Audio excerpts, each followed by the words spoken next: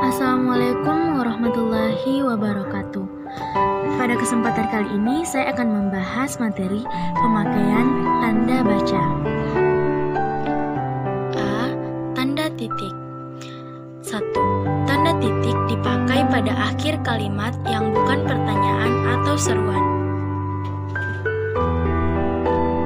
Catatan, tanda titik tidak digunakan pada akhir kalimat yang unsur akhirnya sudah bertanda titik. 2.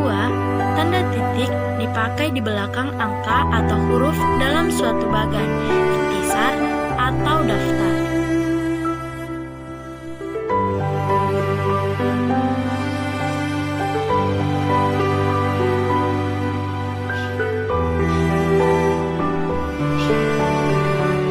3. Tanda titik dipakai untuk memisahkan angka jam, menit, dan detik yang menunjukkan waktu. 4. Tanda titik dipakai untuk memisahkan angka jam, menit, dan detik yang menunjukkan jangka waktu. Catatan, penulisan waktu dengan angka dapat mengikuti salah satu cara berikut. Penulisan waktu dengan angka dapat mengikuti dalam sistem 12 dapat dilengkapi dengan keterangan pagi, siang, sore, atau malam. Yang kelima, tanda titik dipakai dalam daftar pustaka.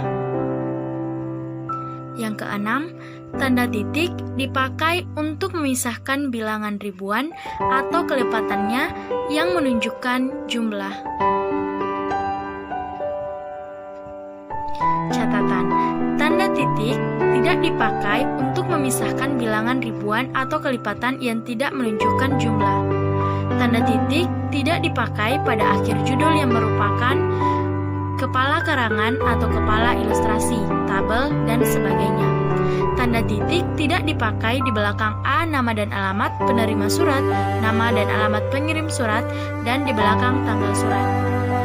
Pemisahan bilangan ribuan atau kelipatannya dan desimal dilakukan. B. Tanda koma. Tanda koma dipakai di antara unsur-unsur dalam suatu perincian atau pembilangan. Misalnya 1,2,3. 2. Tanda koma dipakai untuk memisahkan kalimat setara yang satu dari kalimat setara berikutnya yang didahului oleh kata seperti tetapi, melainkan, sedangkan, atau melainkan. Yang ketiga, tanda koma dipakai untuk memisahkan anak kalimat dari induk kalimat. Yang keempat, tanda koma dipakai di belakang kata atau ungkapan penghubung antar kalimat yang terdapat pada awal kalimat. Yang kelima, tanda koma dipakai untuk memisahkan kata seperti oh, ya, wah, aduh, kasihan. Selanjutnya, tanda koma dipakai untuk memisahkan bagian nama yang dibalik susunannya dalam daftar pustaka. Tanda koma tidak dipakai untuk memisahkan petikan langsung dari bagian lain yang mengiringnya dalam kalimat jika petikan langsung itu berakhir dengan tanda tanya atau tanda seru. Tanda koma dipakai antara A. Nama dan alamat, B. Bagian-bagian alamat, C. Tempat dan tanggal, serta D. Nama tempat dan wilayah atau negeri yang ditulis berurutan.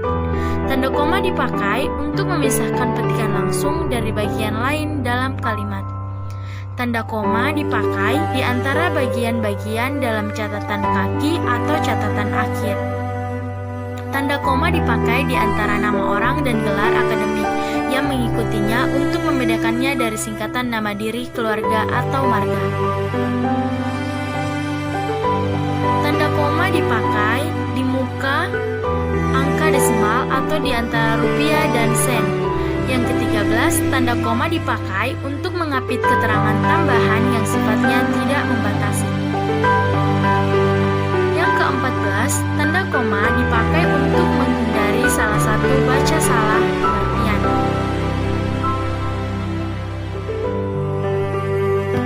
C.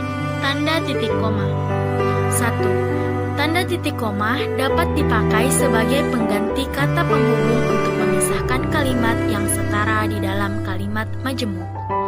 2. kedua, tanda titik koma digunakan untuk mengakhiri pernyataan perincian dalam kalimat yang berupa frasa atau kelompok kata. 3. Tanda titik atau 2 dapat dipakai dalam teks drama sesudah kata yang menunjukkan pelaku dalam pencakapan. D. Tanda titik 2. 1. Tanda titik 2 dapat dipakai pada akhir suatu pernyataan lengkap jika diikuti rangkaian atau pemberian misalnya. 2. Tanda titik 2 dipakai sesudah kata atau ungkapan yang memerlukan pemberian. 3. Tanda titik 2 dapat dipakai dalam teks drama sesudah kata yang menunjukkan pelaku dalam percakapan. Yang keempat, tanda titik 2 dipakai di antara jilid atau nomor halaman, di antara bab dan ayat dalam kitab suci. E. Tanda hubung. Tanda hubung menyambung suku-suku kata dasar yang terpisah oleh pergantian baris.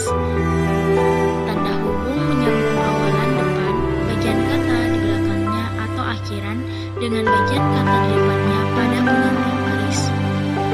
Tanda hubung menyambung unsur-unsur kata ulang. Tanda hubung menyambung huruf kata yang dieja satu-satu dan bagian-bagian tanggal. Tanda hubung boleh dipakai untuk memperjelas hubungan pembagian kata atau ungkapan penghilangan bagian kelompok kata. Tanda hubung dipakai untuk merangkai. Tanda hubung dipakai untuk merangkai unsur bahasa Indonesia dengan unsur bahasa asing. F. Tanda pisah. Tanda pisah membatasi penyisipan kata atau kalimat yang memberi penjelasan di luar bangun kalimat. Tanda pisah menegaskan adanya keterangan aposisi atau keterangan yang lain sehingga kalimat menjadi lebih jelas. Tanda pisah dipakai di antara dua bilangan atau tanggal dengan arti sendiri. G. Tanda tanya. Tanda tanya dipakai pada akhir kalimat tanya. Tanda tanya dipakai di dalam tanda kurung untuk menyatakan bagian kalimat yang disangsikan atau yang kurang dapat dibuktikan kebenarannya. H. Tanda seru. Tanda seru dipakai sesudah ungkapan atau pernyataan yang berupa seruan atau perintah yang menggambarkan kesungguhan, ketidakpercayaan ataupun rasa emosi yang kuat. I. Tanda elips. Tanda elips dipakai dalam kalimat yang berputus-putus. Tanda elips menunjukkan bahwa dalam suatu kalimat atau naskah ada bagian yang dihilangkan. J. Tanda petik. Tanda petik mengapit petikan langsung yang berasal dari pembicaraan dan naskah atau bahan tertulis lainnya. Tanda petik mengapit judul syair, karangan, atau bab buku yang dipakai dalam kalimat. Tanda petik mengapit istilah ilmiah yang kurang dikenal atau kata yang mempunyai arti khusus. K. Tanda petik tunggal. Tanda petik tunggal mengapit petikan yang tersusun di dalam petikan lain. Tanda petik tunggal mengapit makna kata atau ungkapan. Tanda petik tunggal mengapit makna terjemahan atau penjelas kata ungkapan asing. L. Tanda kurung. Tanda kurung mengapit tambahan keterangan atau penjelasan. Tanda kurung dipakai untuk mengapit keterangan atau penjelasan yang bukan bagian utama kalimat. Tanda kurung dipakai untuk mengapit angka atau huruf yang kehadirannya di dalam teks dapat dihilangkan. Tanda kurung dipakai untuk mengapit angka atau huruf yang memerinci urutan.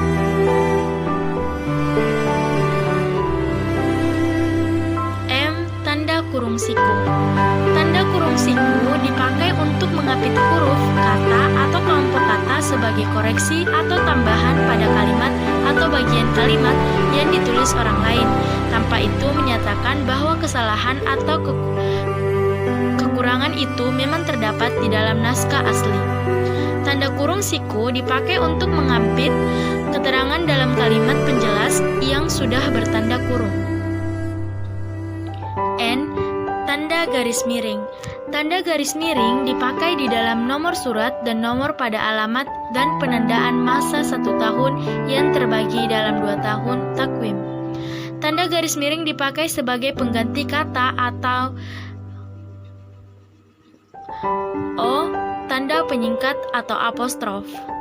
Tanda penyingkat menunjukkan penghilang bagian kata atau bagian angka tahun. Terima kasih. Wassalamualaikum warahmatullahi wabarakatuh.